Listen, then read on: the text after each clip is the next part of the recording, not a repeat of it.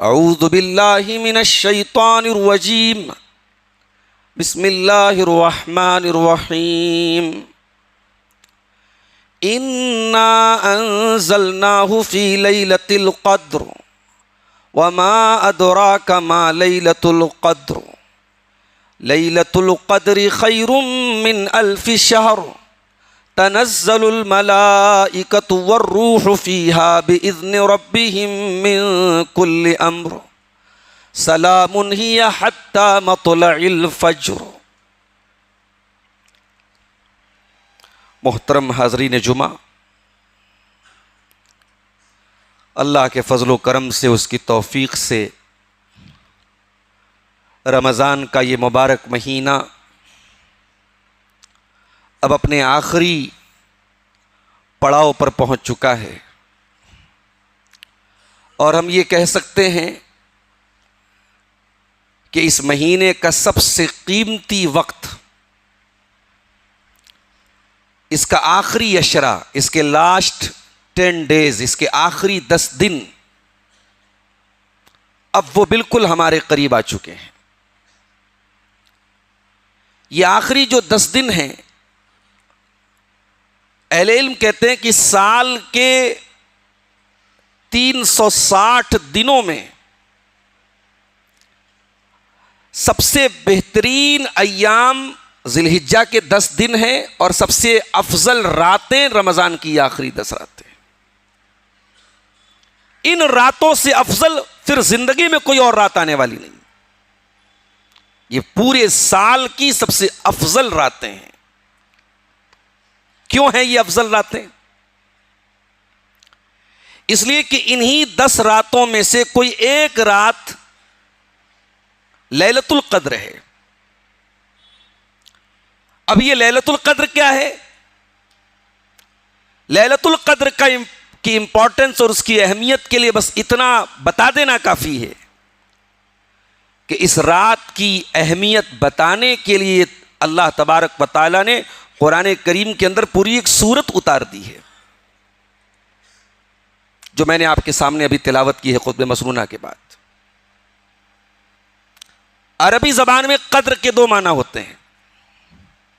ایک معنی ہوتا ہے کسی چیز کا اونچا ہونا، مقام و مرتبے والا ہونا، تو یہ رات بڑی مقام و مرتبے والی رات ہے، اس لیے اس کا نام لیلۃ القدر پڑا۔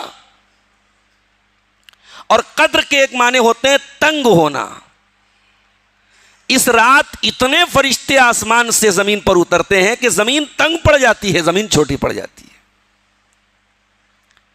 انا انزلناہ فی لیلۃ القدر، ہم نے اس قرآن کو اتارا ہے لیلۃ القدر میں۔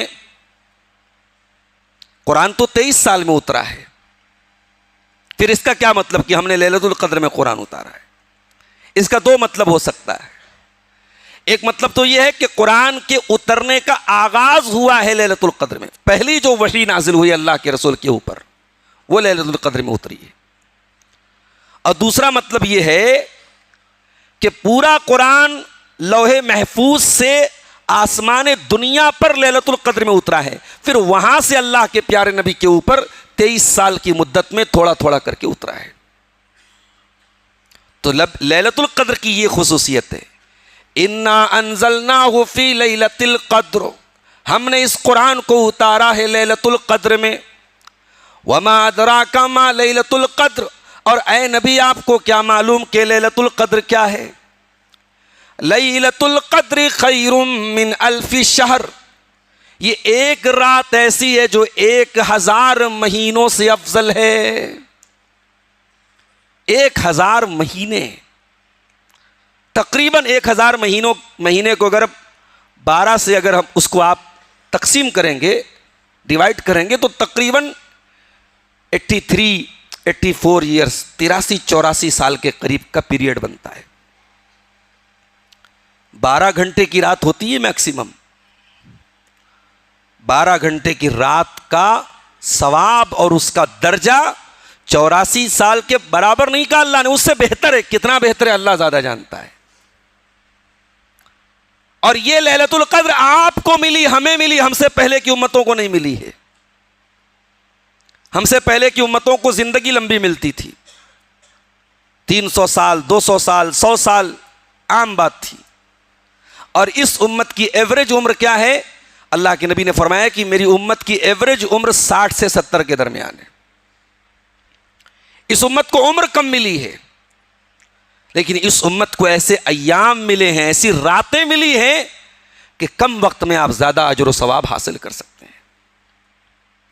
فرمایا لیلۃ القدر خیر من الف شہر، یہ لیلۃ القدر 1000 مہینے سے افضل ہے۔ 84 سال کی عبادت سے بہتر اس ایک رات کی عبادت ہے۔ اس کے 1 گھنٹے کی عبادت لگ بھگ 8-9 سال کی عبادت کے برابر ہے، اس سے بہتر ہے۔ اس کے 1 منٹ کی عبادت 50-60 دنوں سے زیادہ افضل اور بہتر ہے۔ ہم لوگ تو سمجھتے ہیں صاحب تاک راتیں آئیں گی، ہم رات میں 2 بجے نماز پڑھ لیں گے، بس ہو گیا، ہمارا کام پورا ہو گیا۔ مغرب کی اذان سے لے کر کے فجر کی اذان تک کا یہ جو پورا پیریڈ ہے، اس کا 1 منٹ بہت قیمتی ہے۔ 1 منٹ بھی اگر آپ نے برباد کیا تو آپ نے 50-60 دن تک کی نیکی حاصل کرنے کا موقع گنوا دیا۔ تو یہ ہے اس رات کی فضیلت۔ تنزل الملائکۃ والروح فیہا باذن ربہم من کل امر، اس رات میں اللہ کے حکم سے فرشتے اترتے ہیں، جبریل اترتے ہیں زمین کے اندر۔ تنزل الملائکۃ والروح فیہا باذن ربہم من کل امر سلام ہی حتی مطلع الفجر، اور یہ رات فجر تک سلامتی والی رات رہتی ہے۔ یہ پوری رات فجر تک سلامتی والی رات ہے، خیر والی رات ہے، برکت والی رات ہے۔ اب ایک سوال پیدا ہوتا ہے، یہ کون سی رات ہے؟ بخاری اور مسلم کی ایک حدیث ہے، عبادہ بن صامت کہتے ہیں کہ اللہ کے نبی صلی اللہ علیہ وسلم یہ بتانے کے لیے نکلے کہ کون سی رات لیلۃ القدر کی رات ہے۔ فَطَلَعَهَا رَجُلَانِ مِنَ الْمُسْلِمِينَ، 2 مسلمان آپس میں جھگڑا کرنے لگے۔ نبی اکرم باہر نکلے لوگوں کو بتانے کے لیے کہ کون سی رات لیلۃ القدر کی رات ہے۔ 2 مسلمانوں کا جھگڑا ہونے لگا، اور اس جھگڑے کی وجہ سے اللہ کے نبی فرماتے ہیں فرفیت، اللہ تعالیٰ نے لیلۃ القدر کا علم اٹھا لیا۔ مسلمان کا آپس میں جھگڑا کرنا اور لڑنا یہ اتنی ڈینجرس اور اتنی خطرناک چیز ہے۔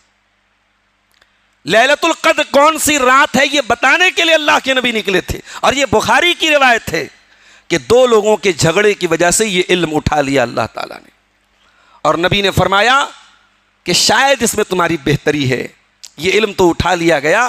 اب ایگزیکٹ تو میں نہیں بتا سکتا کہ کون سی رات لیلۃ القدر کی رات ہے، لیکن اسے آخر کی 3 راتوں میں تلاش کرو۔ جب 3 راتیں بچیں یا 5 بچیں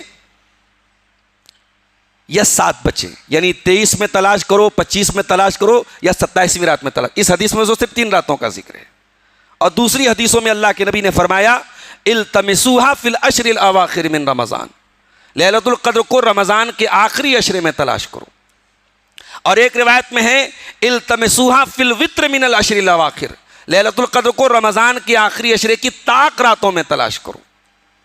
تو یہ تمام حدیثیں یہ بتا رہی ہیں کہ یہ رات آخری عشرے کی کوئی رات ہے، اور زیادہ امید یہ ہے کہ طاق راتوں میں سے کوئی ایک رات ہے۔ اور یہ بھی اہل علم نے لکھا ہے کہ کوئی ایک فکس رات نہیں ہے۔ یہ ہمارے یہاں بہت سارے لوگ 27ویں کو ہی لیلۃ القدر مانتے ہیں۔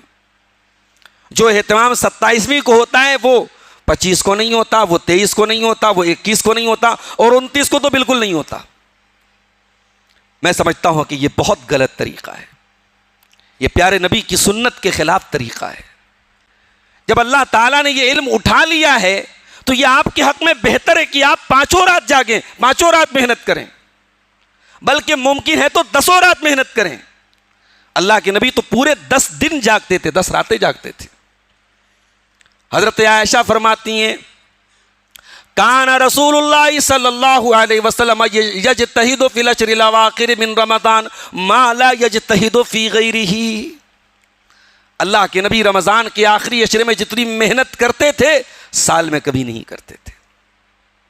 کیا ضرورت تھی اللہ کے نبی کو محنت کرنے کی؟ نبی کو اپنی پرسنل کوئی ایسی ضرورت تو نہیں تھی. نبی تو بخشے بخشائے ہیں، مغفور لہو ہیں. نبی کے کھاتے میں تو نیکیاں ہی نیکیاں ہیں. مگر نبی نے امت کو ایک میسج دیا ہے کہ اے میرے امتیوں، جب تمہارا نبی ان 10 دنوں میں زیادہ سے زیادہ محنت کرتے ہیں عبادت کے معاملے میں، تو تم کیوں ان 10 دنوں کو لاپرواہی میں گزارتے ہو؟ بڑے افسوس کی بات ہے کہ وہ مسلمان جو رمضان کا چاند دیکھنے کے بعد جس کا ایمان جاگ جاتا ہے، جس کا ایمان کے اندر طاقت پیدا ہوتی ہے، آخری عشرہ آتے آتے وہ نڈھال ہو جاتا ہے. آخری عشرے میں وہ عورتیں کہاں دوڑ رہی ہیں؟ وہ سوٹ والے کے یہاں دوڑ رہی ہیں، وہ میک اپ والے کے یہاں دوڑ رہی ہیں، وہ جو ہے وہاں شاپنگ ہو رہی ہے، وہاں پہ خریداری ہو رہی ہے. آخری عشرہ خریداری کی نظر ہو جاتا ہے. جس آخری 10 دن کو اللہ کے نبی سب سے زیادہ محنت میں گزارتے تھے، یہ امت سب سے زیادہ لاپرواہی میں گزار رہی ہے ان آخری 10 دنوں کو. اور ایک اور حدیث سنیے، یہ بھی بخاری اور مسلم کی حدیث ہے. اما عائشہ فرماتی ہیں جب رمضان کا آخری عشرہ آتا تھا، اللہ کے پیارے نبی احیا لیلہ، پوری رات جاگتے تھے. عام طور سے آپ پوری رات نہیں جاگتے تھے. اللہ کے نبی سال بھر تہجد پڑھتے تھے مگر پوری رات نہیں جاگتے تھے. آپ کا معمول کیا تھا؟ آپ رات میں آرام کرنے کے بعد اٹھ کے تہجد پڑھتے تھے. لیکن رمضان کے آخری عشرے کی پوری رات جاگتے تھے. احیا لیلہ، پوری رات کو زندہ رکھتے تھے اللہ کے نبی. تلاوت سے، تہجد سے، اعتکاف سے، ذکر سے، دعا سے، صدقہ سے، خیرات سے، ان تمام نیکیوں سے اللہ کے نبی ان 10 راتوں کو زندہ رکھتے تھے. وَأَيْقَظَ أَهْلَهُ، اور اس نیکی کے کام میں اللہ کے نبی اپنی فیملی کو بھی شامل کرتے تھے. ہم تو صاحب اچھے ریسٹورنٹ میں جائیں تو فیملی کو لے کے جاتے ہیں. کسی اچھے شاپنگ مال میں کوئی آفر چل رہا ہو تو فیملی کو لے کے جاتے ہیں. اچھی جگہوں پر پریوار کو لے کے جاتے ہیں. اور ہم صاحب یہاں رمضان میں ہم اعتکاف کریں، ہم عبادتیں کریں اور ہمارے گھر کی عورتیں محروم رہیں، یہ نبی کی سنت نہیں ہے. وتھ فیملی آپ کو اس آخری عشرے کو گزارنا ہے نیکیوں میں، عبادتوں میں. اور تیسرا کام کیا کرتے تھے؟ وَشَدَّ مِئْزَرَهُ، اور اللہ کے رسول اپنے ازار کو، اپنی لنگی کو کس کر کے باندھ لیتے تھے. یہ ازار اور لنگی کو کس کے باندھنے کا کیا مطلب ہے؟ علماء نے لکھا اس کا 2 مطلب ہے. ایک مطلب تو یہ ہے کہ اللہ کے نبی بہت ایکٹیو ہو جاتے تھے. اردو میں بھی ہم لوگ بولتے ہیں نا، کمر کس لیا، فلاں نے کمر کس لیا. تو کمر کسنے کا مطلب کیا ہوتا ہے؟ کہ اب بہت ایکٹیو ہو گیا، بہت سستی کو اس نے دور کر دیا ہے. اور ایک معنی علماء نے اس جملے کا یہ بھی لکھا ہے کہ اللہ کے نبی ان 10 دنوں میں اپنی بیویوں سے الگ رہتے تھے. رمضان کی راتوں میں تو بیویوں کے پاس جا سکتے ہیں نا، مگر ان 10 دنوں میں، ان 10 راتوں میں اللہ کے نبی بیویوں سے الگ رہتے تھے. اور اس لیے بھی الگ رہتے تھے کہ آپ اعتکاف میں رہتے تھے. اعتکاف میں تو ظاہر سی بات ہے کہ انسان بیوی سے ملاقات نہیں کر سکتا. کبھی بیوی ملنے آئے، دعا سلام کرنے آئے، وہ الگ بات ہے، لیکن بیوی کے ساتھ جو ریلیشن شپ ہے وہ نہیں قائم ہو سکتی. اعتکاف میں حرام ہے، پھر اعتکاف ہی فاسد ہو جائے گا. تو یہ اللہ کے نبی کی سنت تھی میرے پیارے ساتھیوں. اب ہم اور آپ غور کریں کہ ہماری اس سنت پر ہمارا عمل کتنا ہے. اور خاص طور سے ہم جو اپنے آپ کو اہل حدیث کہتے ہیں اور ہمارا منہج ہے نبی اکرم کی سنت والا، ہمیں اپنے گریبانوں میں جھانکنے کی ضرورت ہے اور غور کرنے کی ضرورت ہے کہ ہم ان 10 راتوں کو کیسے گزار رہے ہیں.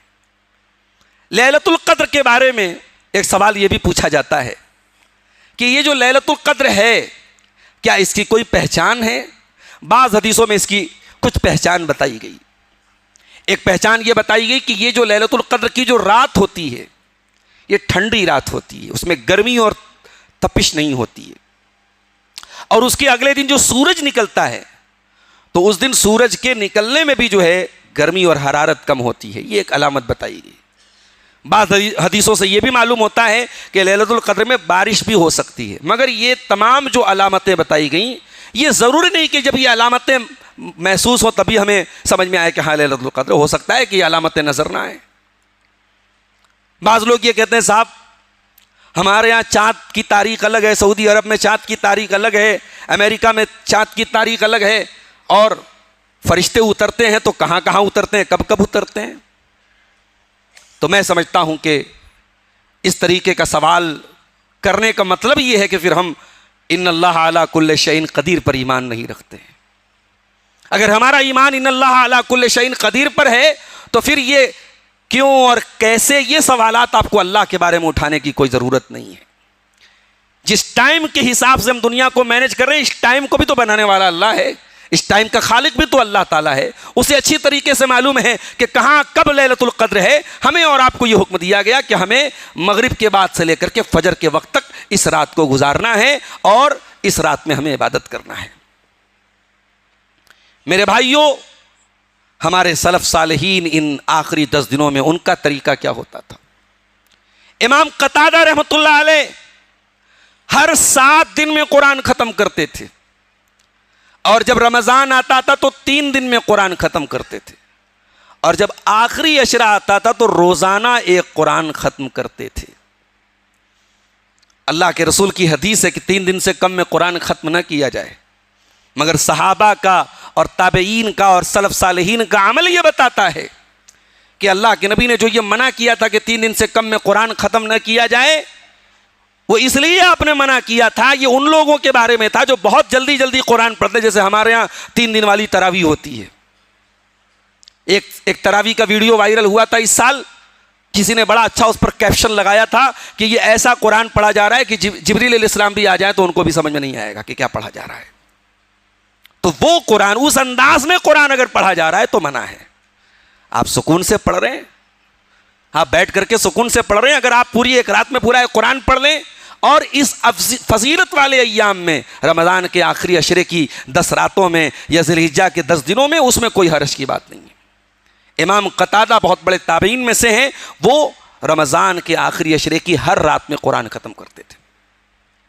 حضرت عمر فاروق رضی اللہ تعالیٰ عنہ رمضان کے آخری عشرے کی راتوں میں تہجد پڑھتے تھے، اور اس کے بعد اپنے گھر کی عورتوں کو اور بچوں کو جا کے اٹھاتے تھے اور کہتے تھے، قرآن کہتا ہے وَأْمُرْ أَهْلَكَ بِالصَّلَاةِ وَاسْتَبِرْ عَلَيْهَا، اپنے گھر والوں کو نماز کا حکم دو اور خود بھی نماز کی پابندی کرو۔ اس لیے میرے پیارے ساتھیوں، ہمارے اسلاف کا طریقہ بھی یہی ہے کہ ہم آخری عشرے کو گنوائیں نہ، اس آخری عشرے کا ہم زیادہ سے زیادہ فائدہ اٹھائیں۔ اس آخری عشرے کی ایک اہم عبادت اعتکاف ہے۔ اعتکاف کا مطلب کیا ہوتا ہے؟ اعتکاف کا مطلب ہوتا ہے کسی چیز سے چمٹ جانا، چپک جانا۔ اعتکاف کا مطلب ہے کہ آپ کسی مخصوص پیریڈ کے لیے اپنے آپ کو مسجد کے ساتھ چپکا دیں، مسجد سے چمٹ جائیں، مسجد کے اندر اپنے آپ کو روک لیں، یہ اعتکاف ہے۔ اللہ کے نبی اعتکاف کب کرتے تھے؟ رمضان کے آخری عشرے میں 10 دن میں اعتکاف کرتے تھے۔ جس سال آپ کا انتقال ہوا اس سال آپ نے 20 دن اعتکاف کیا تھا۔ اس اعتکاف کا مقصد کیا ہے؟ غور کرو تو اس اعتکاف کا 2 مقصد ہے۔ دنیا میں ہم جتنے بھی متقی بن جائیں، لیکن قدم قدم پہ ایسی چیزیں ہیں جو ہمیں اللہ سے دور کرنے والی ہیں۔ کبھی ہماری بیوی بھی ہمیں اللہ سے دور کر دیتی ہے، کبھی ہمارے بچے بھی ہمیں اللہ سے دور کر دیتے ہیں۔ سورہ منافقون کی وہ آیت آپ جمعہ کی نمازوں میں کبھی کبھی سنتے ہیں کہ نہیں سنتے ہیں؟ یا ایھا الذین آمنوا لا تلہکم اموالکم ولا اولادکم عن ذکر اللہ، اے ایمان والو، کہیں تمہارا مال تم کو اللہ کے ذکر سے غافل نہ کر دے، کہیں تمہاری اولاد تم کو اللہ کے ذکر سے غافل نہ کر دے۔ اعتکاف کا مقصد یہ ہے کہ زندگی میں جتنی چیزیں ہمیں اللہ کے ذکر سے غافل کرنے والی ہیں، ان تمام چیزوں سے اپنا کنیکشن توڑ کے ہمیں اللہ سے اپنا کنیکشن جوڑ لینا ہے۔ اور اسی لیے اعتکاف گھر میں نہیں ہو سکتا ہے، عورت بھی اعتکاف گھر میں نہیں کرے گی۔ اعتکاف ہوگا the best place in the world, the best place on the earth، روئے زمین کی سب سے مقدس جگہ مسجد کے اندر ہوگا۔ مسجد کے علاوہ کہیں بھی اعتکاف ثابت نہیں ہے۔ اگر عورتوں کے لیے مسجد میں انتظام ہے تو عورتیں بھی مسجد میں کریں گی، انتظام نہیں ہے کوئی بات نہیں، لا یکلف اللہ نفسا الا وسعہا، جس عبادت کا انتظام نہیں ہے اس کی اللہ نے آپ پر ذمہ داری بھی نہیں ڈالی۔ اور عورت اگر شادی شدہ ہے بغیر شوہر کی اجازت کے اعتکاف نہیں کرے گی، شوہر کا حق ہے اس کے اوپر، اس کی اجازت کے بغیر وہ اعتکاف نہیں کرے گی۔ اگر غیر شادی شدہ ہے، باپ زندہ ہے، باپ کی اجازت سے اعتکاف کرے گی۔ اعتکاف میں نوجوانوں کو خاص طور سے کہنا چاہتا ہوں کہ آج ہم لوگ جو ہے ہم لوگ رمضان میں بہت ساری چیزیں کھاتے ہیں تو کبھی کبھی پیٹ ہمارا خراب ہو جاتا ہے، تو پیٹ کو ڈیٹاکس کرنے کے لیے ہم بہت ساری دوائیں لیتے ہیں کہ صاحب ہمارا پیٹ بالکل صاف ہو جائے۔ تو آج ہمارے ذہنوں کو بہت ساری چیزوں نے گندا کر رکھا ہے، یہ موبائل، یہ ڈیجیٹل دنیا، یہ سوشل میڈیا، یہ الا یہ بلا، ان تمام چیزوں نے آج ہمارے ذہن و دماغ کو زہریلا بنا دیا ہے۔ تو رمضان کے اس اعتکاف کو ایک ڈیجیٹل ڈیٹاکس سمجھ لیجئے کہ یہ آپ کے خیالات کو، آپ کے دل اور دماغ میں آنے والے زہریلے خیالات کو ختم کرنے کا ایک بہترین موقع ہے۔ اور میں نوجوانوں سے یہ بھی کہنا چاہوں گا کہ اعتکاف کے لیے اگر آپ یہ انتظار کرتے ہیں کہ نہیں صاحب ابھی تو بڑی ذمہ داریاں ہیں میرے سر پہ، بچے ہیں، بیوی ہے، کاروبار ہے، جاب ہے، یہ ہے، وہ ہے، اگر یہ سوچ کر کے آپ اعتکاف نہیں کر رہے ہیں تو معاف کیجئے، اعتکاف اس ہستی نے جو دنیا کی سب سے بزی ہستی تھی، ان سے زیادہ بزی آپ نہیں ہو سکتے، ان سے زیادہ بڑی بڑی رسپانسبلٹی آپ کے کندھے پہ نہیں ہے میرے بھائیوں۔ اللہ کے پیارے نبی جناب محمد الرسول اللہ صلی اللہ علیہ وسلم، ان سے بڑی رسپانسبلٹی آپ کی ہے، آپ کو گھر چلانا ہے، آپ کو پریوار چلانا ہے، اور نبی کو تو پوری دنیا کو ہدایت کا راستہ دکھانا ہے۔ نبی کے دل اور دماغ میں تو ایک ہی ٹینشن ہے، فَلَعَلَّكَ بَاقِعٌ نَفْسَكَ عَلَىٰ آثَارِهِمْ إِن لَّمْ يُؤْمِنُوا بِهَٰذَا الْحَدِيثِ أَسَفًا۔ اے میرے نبی، آپ کو لوگوں کے ایمان لانے کی اتنی فکر ہے، کہیں اسی فکر میں آپ اپنے آپ کو ہلاک نہ کر دیں، ختم نہ کر دیں۔ نبی کو بدر اور احد کی لڑائی بھی لڑنا ہے، نبی کو صحابہ کو عقیدہ بھی سکھانا ہے، نبی کو اپنی 9 بیویوں کا حق بھی ادا کرنا ہے، نبی کو اپنی بچیوں کی تربیت بھی کرنا ہے۔ یہ تمام کام کرنے کے باوجود اللہ کے نبی ہر سال رمضان میں اعتکاف کیا کرتے تھے۔ اس لیے نوجوانوں سے میں کہنا چاہوں گا بڑھ چڑھ کر کے آپ اعتکاف کیجیے، کوئی ایکسکیوز مت بنائیے، یہ ایک موقع ہے میرے ساتھیوں۔ اور میں آپ کو ایک بات بتاؤں، ہم لوگ بہت کمزور دل اور بہت کمزور ایمان والے لوگ ہیں۔ سلف میں سے ایک صاحب کہتے ہیں کہ میں ہمیشہ پہلی صف میں نماز پڑھتا تھا، ایک دن میں دوسری صف میں نماز پڑھنے لگا تو مجھے بڑی شرمندگی محسوس ہونے لگی، مجھے لگا لوگ کیا کہیں گے۔ جب میرے دل میں شرمندگی پیدا ہوئی اور مجھے یہ لگا کہ لوگ کیا کہیں گے، تو مجھے اپنی اوقات سمجھ میں آئی کہ میں اتنے سالوں سے جو پہلی صف میں نماز پڑھ رہا تھا، میں اللہ کے لیے نہیں پڑھ رہا تھا، میں لوگوں کے لیے پڑھ رہا تھا۔ کہ میری آنکھیں کھل گئیں، مجھے احساس ہوا کہ میری عبادت میں اخلاص نہیں ہے، ورنہ دوسری صف میں نماز پڑھ کر مجھے شرمندگی کیوں محسوس ہو رہی ہے۔ اعتکاف کا یہ موقع میرے پیارے ساتھیوں اپنے اخلاص کو جانچنے کا بھی ایک موقع ہے۔ اعتکاف میں آپ قرآن کتنا پڑھ رہے ہیں یہ آپ جانتے ہیں، آپ کا رب جانتا ہے۔ اعتکاف میں بیٹھ کے آپ اللہ کا ذکر کتنا کر رہے ہیں آپ جانتے ہیں، آپ کا رب جانتا ہے۔ یا کوئی ریاکاری کا ڈر نہیں، کوئی دکھاوے کا ڈر نہیں ہے۔ اب آپ اللہ کے ساتھ کتنے مخلص ہیں، اپنے اخلاص کو کا اسسمنٹ کرنا ہے، اپنے اخلاص کا ویلویشن کرنا ہے، اپنے اخلاص کی جانچ کرنی ہے، تو اعتکاف میں بیٹھ جائیے میرے ساتھیوں۔ اعتکاف میں کب انسان داخل ہوگا؟ 20 رمضان کو مغرب کے پہلے انسان مسجد میں آ جائے گا، اور 21ویں فجر کی نماز پڑھنے کے بعد انسان اپنے معتکف میں جو اس کے اعتکاف کا جو حجرہ بنتا ہے اس میں وہ داخل ہوگا۔ یہ اللہ کے نبی کی سنت ہے۔ اگر انسان رات ہی میں اپنے معتکف میں چلا جائے کوئی حرج کی بات نہیں، لیکن جو سنت طریقہ ہے وہ یہ ہے کہ مسجد میں داخل ہو جائے آدمی 20ویں رمضان کے دن، جب 21ویں رات شروع ہوتی ہے اس کے پہلے انسان مسجد میں داخل ہو جائے، اور 21ویں روزے والے دن فجر کے بعد وہ اپنے معتکف میں داخل ہو جائے۔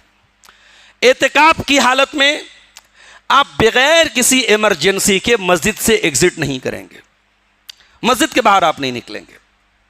اگر کوئی ایمرجنسی ہے، کوئی طبعی ضرورت ہے، کوئی ایسی شدید بیماری آ گئی کہ مسجد میں اس کا علاج نہیں ہو سکتا، وہاں آپ جا سکتے ہیں۔ کسی مسجد میں اگر انسان کے غسل کا انتظام نہیں ہے، انسان کو غسل کی حاجت آ گئی، مسجد کے باہر جانا پڑے گا۔ کسی مسجد میں اگر پیشاب اور لیٹرن وغیرہ کا انتظام نہیں ہے اور انسان کو ضرورت پڑ گئی، جانا پڑے گا۔ لیکن کسی کا انتقال ہو گیا، جنازے میں جانا ہے، یہ ایمرجنسی ضرورت نہیں ہے۔ کوئی بیمار ہو گیا، کسی کی عیادت کرنا ہے، یہ ایمرجنسی ضرورت نہیں ہے۔ یہ تمام ضرورتیں ایمرجنسی نہیں ہیں۔ ایمرجنسی وہ ضرورت ہے جس کے بغیر کوئی چارہ نہیں ہے، اس ضرورت کے لیے آپ اعتکاف میں نکل سکتے ہیں۔ آج کے دور میں ایک بڑا زیادہ پوچھا جاتا ہے یہ سوال کہ کیا اعتکاف میں موبائل رکھا جا سکتا ہے؟ بعض نوجوان موبائل رکھتے ہیں، کہتے ہیں صاحب ہم تو تقریریں سنتے ہیں، ہم تو قرآن کی تلاوت سنتے ہیں، ہم تو اچھی چیزیں سنتے ہیں۔ اگر آپ کو اپنے اوپر یہ شیورٹی ہے، یہ یقین ہے کہ آپ اس موبائل کا کوئی نیگیٹو استعمال نہیں کریں گے تو پھر بہتر ہے آپ رکھیے۔ لیکن صاحب آپ موبائل لے کر کے بیٹھ کے اپنی بہن سے، اپنی خالہ سے، اپنی ماں سے ساری لوگ حال چال لے رہی ہیں، سب سے باتیں کر رہے ہیں، تو اس سے بہتر ہے کہ آپ موبائل لے کے بڑھیا بستر باندھیے، نکلیے مسجد سے آپ صاحب۔ جب آپ کو دنیا کے تعلقات ہی نبھانے ہیں تو پھر اعتکاف میں بیٹھنے کا کوئی مقصد نہیں۔ ضرورت کے لیے، بہت ضرورت کے لیے، ایمرجنسی کے لیے آپ موبائل استعمال کیجئے اور پازیٹیو استعمال کیجئے۔ جہاں آپ کو نیگیٹیوٹی کا خطرہ ہے آپ موبائل مت لے کے جائیے۔ اعتکاف کی حالت میں ایک مرتبہ اللہ کے نبی اعتکاف میں بیٹھے ہوئے تھے، آپ کی بیوی حضرت صفیہ آپ سے ملنے کے لیے آئیں، اور اللہ کے نبی اپنی بیوی صفیہ سے ملاقات کرتے ہیں، بات چیت کرتے ہیں، اور پھر ان کو ڈراپ کرنے کے لیے مسجد کے دروازے تک جاتے ہیں۔ جب آپ مسجد کے دروازے تک پہنچے تو دو انصاری صحابی وہاں سے جا رہے تھے، تو اللہ کے نبی نے دونوں کو بلایا، کہا ادھر آؤ، یہ جو جا رہی ہیں نا یہ میری بیوی صفیہ بنت ہوئی ہیں، یہ میری بیوی ہیں۔ تو ان دونوں انصاری صحابہ نے کہا کہ اے اللہ کے رسول آپ صفائی کیوں دے رہے ہیں؟ ہمیں آپ پر کوئی ڈاؤٹ تھوڑی ہے، آپ ہم کو صفائی دے رہے ہیں آپ؟ تو اللہ کے نبی نے فرمایا کہ ان الشیطان یجری من الانسان مجری الدم، شیطان انسان کے ساتھ ویسے ہی دوڑتا ہے جیسے بدن میں خون دوڑتا ہے۔ ہو سکتا ہے تمہارے دماغ کے کسی کونے میں یہ بات آ جائے، کون سی عورت تھی اللہ کے نبی سے ملنے کے لیے آئی تھی؟ حالانکہ آپ غور کرو، یہ نبی کا معاملہ ہے، رمضان کا مہینہ ہے، آخری عشرہ ہے، اعتکاف کی سچویشن ہے، مگر اللہ کے نبی نے اپنی پوزیشن کلیئر کی۔ پتہ یہ بھی چلا کہ جہاں ہمیں یہ ڈر ہو کہ کہیں ہمارے کردار پر کوئی دھبا نہ لگ جائے، وہاں اپنی پوزیشن کو کلیئر کر دینا چاہیے، تہمت کا اپنے آپ کو شکار نہیں بننے دینا چاہیے۔ تو اعتکاف کی حالت میں کوئی ملنے آنا چاہے ضرورت کے لیے تو مل بھی سکتا ہے۔ تو یہ چند مسائل ہیں اعتکاف کے میرے پیارے ساتھیوں۔ اس کے بعد رمضان کے اس آخری عشرے میں جو آخری بات بیان کر کے میں بات ختم کروں گا کہ ہمیں اور آپ کو نیکیوں کی ویرائٹی کو حاصل کرنا ہے، کسی ایک نیکی پر اکتفا نہیں کر لینا ہے۔ صاحب تاک راتیں آئی، ہماری مسجد میں تہجد کا انتظام ہے، ہم نے رات میں 2 بجے نماز پڑھ لی، تھوڑا 1-2 پارہ قرآن پڑھ لیا، نہیں، نیکیوں کی بھی ویرائٹی اپنے اندر پیدا کیجیے۔ ہو سکے اللہ نے طاقت دی ہے، ممکن ہے تو آپ عمرہ کرنے چلے جائیے رمضان کے آخری عشرے میں۔ رمضان میں عمرہ کا ثواب حج کے برابر ہے، اللہ کے رسول کی صحیح حدیث ہے۔ اگر اس کی طاقت نہیں ہے، اللہ نے دولت سے نوازا ہے، تو صرف یہ مت پتہ کیجئے کہ صاحب کتنی زکوٰۃ ہوئی میرے مال کی۔ زکوٰۃ تو فرض ہے آپ کے اوپر۔ کیا آپ فجر کی نماز پڑھنے آتے تو صرف 2 رکعت فرض پڑھ کے چلے جاتے ہیں؟ نہیں، آپ 2 رکعت سنتیں بھی پڑھتے ہیں، آپ سنن اور نوافل کا اہتمام بھی کرتے ہیں۔ قرآن بار بار ہمیں صدقہ اور خیرات پر کیوں ابھارتا ہے؟ قرآن نے صرف زکوٰۃ کے بارے میں کیوں نہیں بتایا؟ زکوٰۃ تو فریضہ ہے، زکوٰۃ تو کمپلسری ہے۔ زکوٰۃ سے بڑی چیز یہ ہے کہ آپ اپنے مال کا صدقہ کتنا نکالتے ہیں۔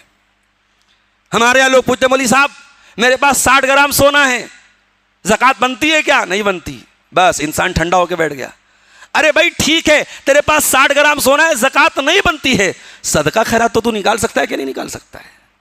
یعنی تو کیا چاہتا ہے کہ اللہ تعالیٰ کی طرف سے قانون کا ڈنڈا جب پڑے تبھی تو اپنے مال کی زکوٰۃ نکالے گا؟ قانون کے ڈنڈے کے ڈر سے اگر آپ نے مال کی زکوٰۃ نکال بھی تھی تو کون سا کمال کر دیا۔ اللہ کے نبی فرماتے ہیں الصدقۃ برہان، صدقہ ایک دلیل ہوتا ہے۔ کس چیز کی دلیل ہوتا ہے؟ انسان کے ایمان کی دلیل ہوتا ہے۔ صدقہ یہ بتاتا ہے کہ انسان مال سے بہت محبت کرتا ہے، مگر مال سے بھی بڑھ کر کے وہ اپنے رب سے محبت کرتا ہے، اللہ کی راہ میں وہ صدقہ اور خیرات بھی کرتا ہے۔ تو انفاق فی سبیل اللہ، اللہ کی راہ میں خرچ کرنا، یہ بھی، اور آپ یہ بھی یاد رکھیے جس طریقے سے آخری عشرے کی ان 10 راتوں میں کوئی ایک رات لیلۃ القدر کی رات ہے، اور لیلۃ القدر میں نماز کا ثواب 84 سال سے زیادہ ملے گا، لیلۃ القدر میں تلاوت کا ثواب 84 سال سے زیادہ ملے گا، اسی طریقے سے لیلۃ القدر کے صدقہ اور خیرات کا ثواب بھی انشاءاللہ 84 سال سے زیادہ ملے گا۔ اس لیے ان طاق راتوں میں کوشش کیجئے، کثرت سے اللہ کی راہ میں صدقہ اور خیرات کیجئے۔ اپنے آس پاس جو ضرورت مند ہیں ان کا خیال رکھیے، اپنی مساجد پر توجہ دیجیے، اپنے مدارس پر توجہ دیجیے، اور کبھی بھی آپ کے پاس کسی کو دینے کے لیے کچھ نہیں ہے تو منہ نہ بنائیے, پیشانی پر بل نہ لائیے, ٹھیک ہے بھائی کوئی بات نہیں, آپ آگے بڑھ جائیے, دینے کے لائق ہے تو دیجیے, نہیں دینے کے لائق ہے تو آگے بڑھ جائیے. یہ سفیروں کو دیکھ کر, یہ چندہ لینے والوں کو دیکھ کے, یہ ضرورت مندوں کو دیکھ کے پیشانیوں پر بل پڑنا یہ اچھی چیز نہیں ہے, یہ متکبر لوگوں کی علامت ہے, یہ مغرور لوگوں کی علامت ہے میرے ساتھیوں. ایک مرتبہ حضرت ابوبکر صدیق اللہ کے نبی کے پاس بیٹھے ہوئے تھے, اور بھی صحابہ تھے. آپ نے پوچھا کوئی ہے جو تم میں سے آج نفلی روزہ رکھ کے آیا ہے؟ حضرت ابوبکر صدیق نے کہا یا رسول اللہ میں نفلی روزہ رکھ کے آیا ہوں. پھر آپ نے پوچھا کوئی ہے جس نے کسی مسکین کو کھانا کھلایا ہے؟ یا رسول اللہ میں نے ایک مسکین کو کھانا کھلایا ہے. پھر آپ نے پوچھا کوئی ہے جو کسی جنازے میں شامل ہوا ہے؟ یا رسول اللہ میں ایک جنازے میں شامل ہوا ہوں. کوئی ہے جس نے کسی مریض کی عیادت کی ہے؟ یا رسول اللہ میں نے مریض کی عیادت کی ہے. یہ ہر نیکی پر ابوبکر صدیق کا ہاتھ کیوں اٹھ رہا ہے؟ کیونکہ ابوبکر صدیق کی سوچ یہ تھی کہ میرے پاس نیکیوں کی ویرائٹی ہونی چاہیے. رمضان کے اس آخری عشرے میں آپ نیکیوں کی ویرائٹی اپنے اندر پیدا کیجئے میرے ساتھیوں. قرآن پڑھیے, ذکر کیجئے, دعائیں کیجئے. اور حضرت عائشہ نے پوچھا ہے اللہ کے نبی مجھے اگر لیلۃ القدر مل جائے کیا پڑھوں میں, کیا کہوں میں؟ نبی نے فرمایا عائشہ تم یہ دعا پڑھو, اللہم انک عفو تحب العفو فاعف عنی. اے اللہ تو معاف کرنے والا ہے, معافی کو پسند کرتا ہے, اے اللہ تو مجھے بھی معاف کر دے. یہاں پہ آپ غور کیجئے اس دعا کے اندر, یہ 84 سال سے بہتر جو رات ہے اس رات میں یہ دعا پڑھی جا رہی ہے. ہم نے تندرستی نہیں مانگی, ہم نے بچوں کی صحت نہیں مانگی, ہم نے کاروبار کی خیر و برکت نہیں مانگی, ہم نے دنیا کی دولت نہیں مانگی. ہم نے کیا مانگا؟ ہم نے سب سے دا موسٹ امپورٹنٹ تھنگ, سب سے اہم چیز کیا ہے ہمارے لیے؟ کہ اللہ ہمیں معاف کر دے. اور یہاں اللہ نے اپنے لیے جو لفظ استعمال کیا ہے, اللہ کے لیے جو لفظ استعمال کیا کہ عفوٌ, معافی کے لیے غفور الرحیم بھی آتا ہے, غفار بھی آتا ہے, رحمان بھی آتا ہے, رحیم بھی آتا ہے. یہ عفو کا لفظ کیوں آیا؟ علماء نے لکھا ہے کہ عفو کا مطلب ہوتا ہے گناہ کو مٹا دینا. ایک یہ ہوتا ہے کہ اللہ ہمیں معاف کر دے, اور ایک یہ ہے کہ اللہ تعالی ہمارے گناہوں کے سارے ریکارڈ کو اریز کر دے, ہمارے نام اعمال پہ پھر گناہ کا کوئی نشان باقی نہ بچے. ہم اللہ سے یہ مانگتے ہیں کہ اے اللہ ہمارے گناہوں کو تو اریز کر دے, ہمارے گناہوں کو ڈیلیٹ کر دے, ہمارے کھاتے سے ہمارے نام اعمال سے گناہوں کو مٹا دے پروردگار. اور ہم یہ بھی کہتے ہیں کہ اللہ تو معاف کرنے والا ہے. تو قرآن میں ہمیں اجازت دیتا ہے, ہم بدلہ لے سکتے ہیں, کوئی ہم پر زیادتی کرے ہم بدلہ لے سکتے ہیں, مگر ہم معاف کر دیں تو زیادہ بہتر ہے. اے اللہ جب تو معاف کرنے کو پسند کرتا ہے, اے اللہ ہم بھی تیرے ظالم بندے ہیں, تیرے خطا کار بندے ہیں. اے اللہ بڑی کوتاہیاں ہم سے ہو رہی ہیں. ہم تو رمضان کی بھی حرمتوں کا خیال نہیں رکھ پا رہے ہیں, ہم تو مسجدوں کا احترام بھی نہیں کر پا رہے ہیں, ہم تو بہت سارے گناہ جان بوجھ کے کر رہے ہیں, بہت سارے گناہ ہم سے انجانے میں ہو جا رہے ہیں. اللہ اللہم انک عفو تحب العفو فاعف عنی. یہ بڑی پیاری دعا ہے میرے ساتھیوں. تو لیلۃ القدر جو ہے یہ دعا کی, یہ رات دعا کی رات, اس میں کثرت سے آپ دعا کریں. آپ انتظار نہ کریں امام صاحب دعائے قنوت لمبی پڑھائیں گے تب ہم دعا کریں گے. آپ اپنی پرسنل دعائیں کریں, مانگے اللہ سے کیا مانگنا ہے. وہ سوالات, وہ دعائیں جو سال میں کبھی پوری نہیں ہوتی ہیں, سچے دل سے مانگ کے دیکھو اس رات میں انشاءاللہ پوری ہوں گی. کوئی بیچارہ پریشان ہے جاب کے لیے, کوئی پریشان ہے کاروبار کے لیے, کوئی پریشان ہے اولاد کے لیے, کوئی پریشان ہے بیٹی کی شادی کے لیے, کوئی ہے آرزو جو پوری نہیں ہو رہی. آؤ, یہ وہ رات ہے جو دعا کی رات ہے. لیلۃ القدر میں کثرت سے دعا کرو میرے ساتھیوں. اور جیسا کہ میں نے کہا صدقہ خیرات بھی کثرت سے کیجیے. بعض گھروں میں بیماریاں ہیں, اللہ کے نبی نے فرمایا داؤ مرضاکم بالصدقہ, اپنے مریضوں کی دوا کرو صدقہ کے ذریعے. صدقہ کریں گے مریضوں کو انشاءاللہ شفا یابی ملے گی. اسی طریقے سے روزے داروں کو افطار کرائیے. اللہ کے نبی نے فرمایا جو ایک روزے دار کو افطار کراتا ہے اللہ تعالیٰ اس کو روزے دار کے روزے کے برابر ثواب دیتا ہے. اگر آپ نے کسی جگہ 100 لوگوں کو افطار کرا دیا تو ان 100 لوگوں کو ان کے روزے کا پورا ثواب ملے گا, اور 100 پلس آپ کو بھی ملے گا.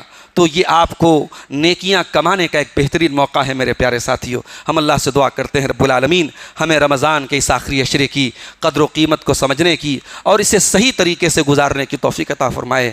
الہ العالمین اب تک ہم نے اگر اس آخری عشرے کو لاپرواہی میں گزارا ہے, بازاروں میں گزارا ہے, مارکیٹوں میں گزارا ہے, اور گپے لڑانے میں گزارا ہے, فضول چیزوں میں گزارا ہے, تو اے اللہ اس چیز سے کم اس رمضان میں، یہ جو رمضان کا آخری عشرہ آنے والا ہے، اس آخری عشرے میں اے اللہ ان چیزوں سے تو ہمیں بچنے کی توفیق عطا فرما۔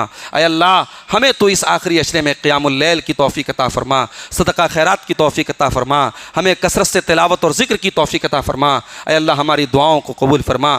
الہ العالمین ہمارے جان و مال کی، ہماری عزت و آبرو کی حفاظت فرما، ساری دنیا کے اہل ایمان کے جان و مال اور عزت و آبرو کی حفاظت فرما۔ اے اللہ جہاں جنگ اور لڑائی جھگڑے کا ماحول ہے وہاں امن و امان پیدا فرما دے۔ اے اللہ جہاں مظلوموں پر ظلم ہو رہا ہے وہاں مظلوموں کی مدد فرما اور ظالموں کو ان کے انجام تک پہنچا دے۔ الہ العالمین ہمارے ملک کی بھی حفاظت فرما، ہمارے ملک کے تمام علاقوں میں اے اللہ تو امن و سکون نازل فرما، ہمارے کاروبار میں برکت عطا فرما، ہمارے بیماروں کو شفا عطا فرما، ہمیں سے جو روزگار کے لیے پریشان ہیں اللہ ان کے رزق میں برکت عطا فرما، جب تک دنیا میں ہم زندہ رہیں اسلام پر زندہ رہیں اور ہمارا خاتمہ ایمان پر ہو۔ آمین وآخر دعوانا ان الحمدللہ رب العالمین۔